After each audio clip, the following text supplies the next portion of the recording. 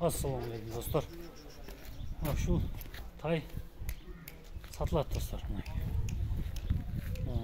Taydың бойы 1.50-ге жақын екен достар. Құрыштығы өте құрыш екен, тез, жеңіл.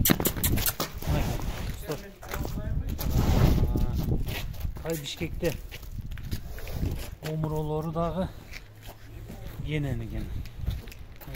Абакандан келді. Тайдың төрт қазықтары таза, еш жерінде шешек-бешек жоқ.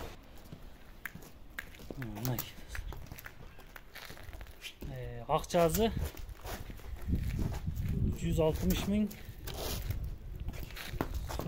сұрайсаңыз.